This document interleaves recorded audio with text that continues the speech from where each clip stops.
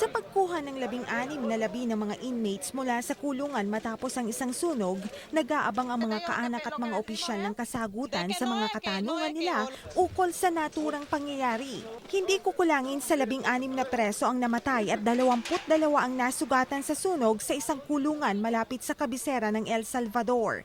Bagamat hindi pa malinaw ang dahilan ng sunog sa Ilobasco na nasa northeast ng Salvador, sinabi ng isang prison official na maaaring electrical short circuit ang sanhi nito. Naghintay sa kasagutan ng mga nagdadalamhating kaanak ng mga biktima sa labas ng kulungan. Nais malaman ng mga kaanak kung sinadyang pabayaan ng mga prison officials na masunog ang mga sumisigaw na mga preso.